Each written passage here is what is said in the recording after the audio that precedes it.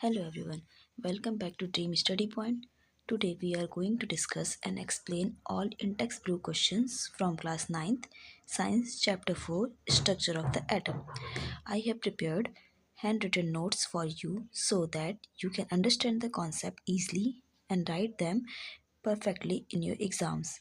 So let's start. First question is, what are canal rays? Canal rays are positively charge radiations produce in a gas discharge tube. इस question ने पूछा है canals रे क्या होती हैं। तो कैनल्स रे की डिस्कवरी ई गोल्डस्टीन ने 1886 में की थी। जब एक गैस डिस्चार्ज ट्यूब में बहुत कम प्रेशर पर हाई वोल्टेज पर दी जाती है तो गैस के एटम से जो इलेक्ट्रॉन रहते हैं वो निकल जाते हैं। इसके बाद उसमें बचता है पॉजिटिवली चार्ज पार्ट, और वो पॉजिटिवली चार्ज पार्ट भी क्या करता है कि कैथोड की तरफ आगे बढ़ता है। इन्हीं पॉजिटिवली चार्ज रेडिएशन को हम कैनल रेज कहते हैं। इनकी वजह से ही बाद में प्रोटॉन्स की डिस्कवरी हुई थी।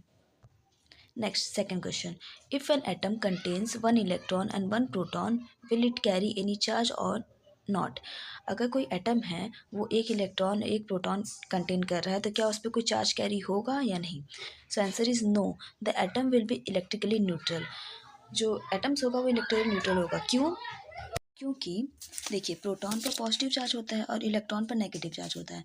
जब एक पॉजिटिव चार्ज एक नेगेटिव चार्ज मिलते हैं तो दोनों एक दूसरे को बैलेंस कर देते हैं, इसलिए जो एटम पर कोई भी एक्स्ट्रा चार्ज बचता ही नहीं है। सो एटम जो होगा वो इलेक्ट्रिकली न्यूट्रल होगा। Next question, on the basis of Thomson model of an atom explain how the atom is neutral as a whole. इस क्वेश्चन ने पूछा है कि थॉमसन के अकॉर्डिंग एटम्स न्यूट्रल कैसे होते हैं। So answer, according to Thomson model, the negative and positive charge in an atom are equal in magnitude. Therefore, they balance each other, making the atom equal electrically neutral. जैसे कि इसमें लिखा है कि J Thomson ने बताया था कि एटम्स के अंदर नेगेटिव और पॉजिटिव चार्ज इक्वल होते हैं, तो ये एक दूसरे को बैलेंस कर देते हैं और जो हमारा एटम हो जाता है वो इलेक्ट्रिकली न्यूट्रल हो जाता है। Our second question, on the basis of Rutherford model of an atom, which subatomic particles is present in the nucleus of an atom? इस क्वेश्चन ने पूछा है कि रदरफोर्ड मॉडल के अकॉर्डिंग किसी एटम्स के न्यूक्लियस में कौन सा सब एटॉमिक पार्टिकल्स प्रेजेंट होता है। Answer, according to Rutherford model, protons are present in the nucleus of an atoms. Rutherford ने अपने एक्सपेरिमेंट में ये डिस्कवर किया था कि एटम्स के सारे पॉजिटिव चार्ज उसके सेंटर में होते हैं, जिसे हम न्यूक्लियस कहते हैं, और वहीं पे सारा प्रोटॉन्स मौजूद होता है। Next question, draw sketch of Bohr model of an atom with the 3 shells. तो यहाँ हमने एक बोहर मॉडल स्केच ड्रॉ किया है जिसमें सेंटर में न्यूक्लियस है, first K shell, second L shell and third M shell. Next question 4, what do you think would be the observation if the alpha particle scattering experiment is carried out using a foil of a metal other than gold. इस question ने पूछा है कि अगर gold foil की जगह कोई और मेटल यूज करे तो क्या होगा। So answer, if we use a metal foil of a heavy metal like platinum, the observation will be the same as gold. But if we use a light metal like lithium, the alpha particle might not deflect back because the nucleus of a light metal is not heavy enough to stop or bounce back of the fast moving alpha particles. ये सवाल ज़्यादातर exam में आते हैं।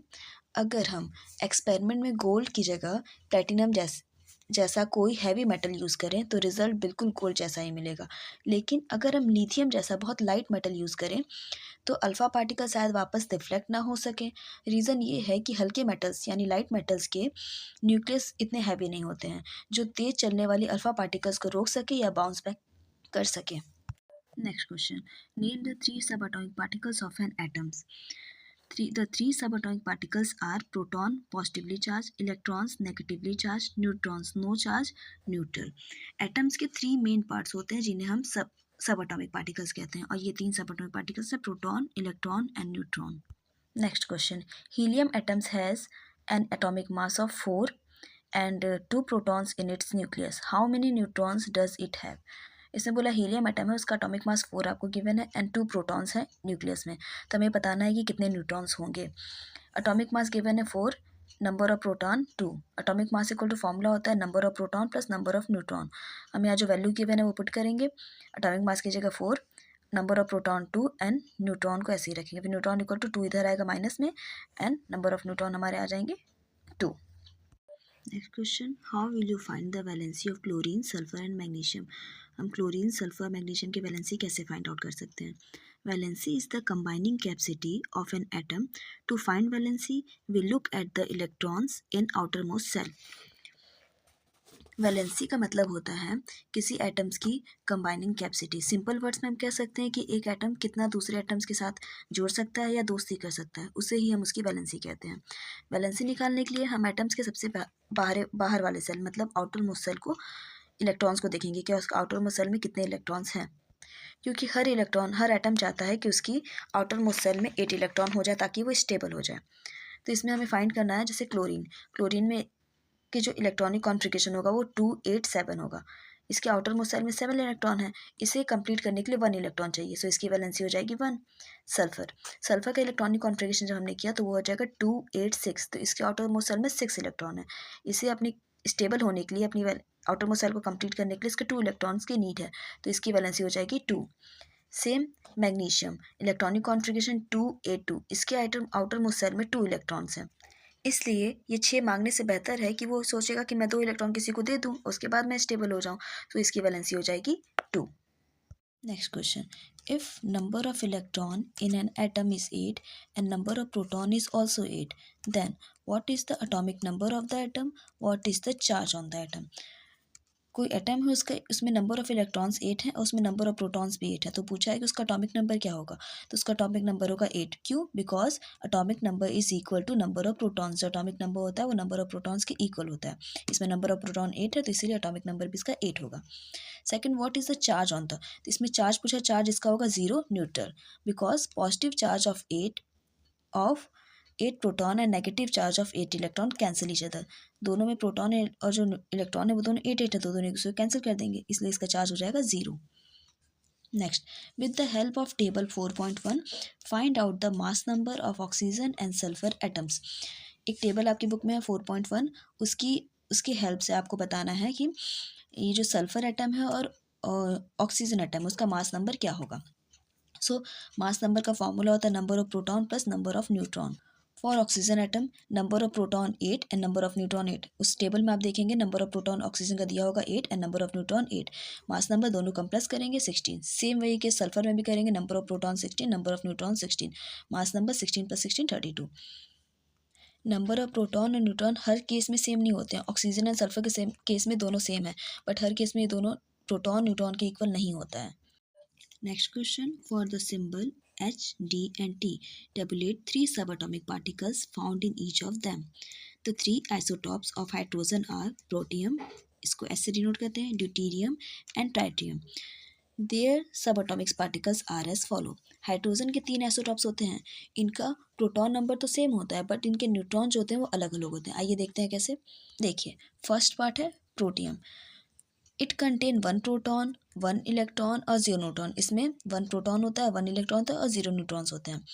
Deuterium, it contain 1 proton 1 electron and 1 neutron. ये 1 proton 1 electron और 1 neutron को carry करता है। और ट्राइटियम है, it contain 1 proton 1 electron and 2 neutrons. ये 2 न्यूट्रॉन्स को कैरी करता है। Write the electronic configuration of any one pair of isotopes and isobars. इसमें हमें एक pair of isotopes and isobars का इलेक्ट्रॉनिक कॉन्फ़िगरेशन बताना है। Pair of isotopes carbon 12 and carbon 14। Since both isotopes have the same atomic number 6, their electronic configuration is same. क्योंकि isotopes के जो atomic numbers होते हैं वो सेम होते हैं, इसलिए दोनों का जो इलेक्ट्रॉनिक कॉन्फ़िगरेशन होगा वो भी सेम होगा 2,4। लेकिन इनके जो न्यूट्रॉन्स होते हैं वो अलग अलग होते हैं, इसी वजह से इनका जो मास होता है वो बदल जाता है। Pair of isobars argon and calcium. Isobars have different atomic number so their configurations are different. जो आइसोबार्स होते हैं उनके एटॉमिक नंबर अलग होते हैं, इसलिए इनके जो इलेक्ट्रॉनिक कॉन्फ़िगरेशन होती है वो भी अलग अलग होती हैं, लेकिन इनका जो टोटल मास होता है, मास नंबर वो सेम होता है, क्योंकि इनके प्रोटॉन्स एंड न्यूट्रॉन्स का जो टोटल नंबर आता है वो इक्वल होता है, बराबर होता है। ऑर्गन का एटॉमिक नंबर 18 है, इसका इलेक्ट्रॉनिक कॉन्फ़िगरेशन करेंगे फर्स्ट सेल में 2 इलेक्ट्रॉन, सेकंड सेल में 8 एंड थर्ड सेल में 8। कैल्शियम, इसका atomic number 20, electronic configuration first shell में 2 8 8 and 2। I hope these explanation of the blue questions help you in your exams. If you found this video helpful, please hit the like button and subscribe to Dream Study Point for more science video. Don't forget to share this video with your classmates. Thank you for watching and keep learning.